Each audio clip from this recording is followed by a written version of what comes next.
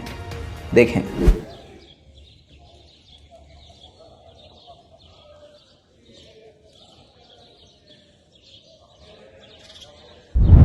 वहीं बैतुल मुकद्दस यानी मस्जिद अल अक्सा के आसपास भी अगर कोई फिलिस्तीनी भटक रहा है तो इजराइल की मिलिट्री उसे गिरफ्तार कर रही है।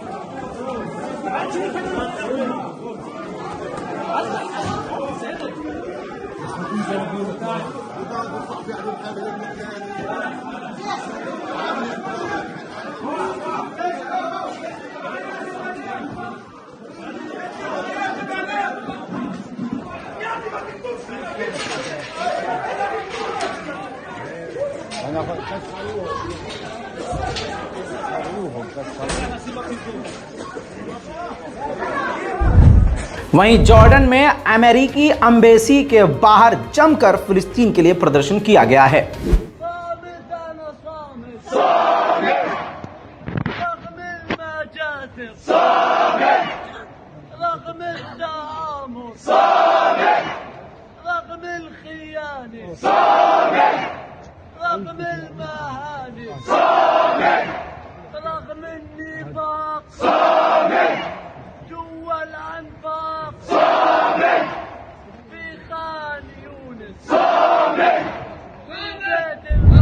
मेरे दोस्तों, भूख से हाल एक बार फिर से बेहाल।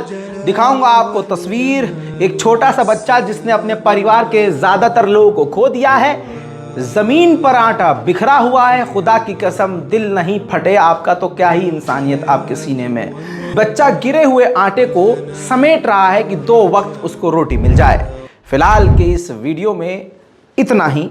इससे पहले जो रिपोर्ट्स आई हैं उनको भी जाकर ज़रूर देखिए। चैनल को रिफ्रेश करते रहिए। कुछ भी अपडेट आएगा सीधा आपके पास आपको अपडेट दिया जाएगा। मैं हूं रज़ा और आप देख रहे थे रज़ाग्राफी। जय हिंद।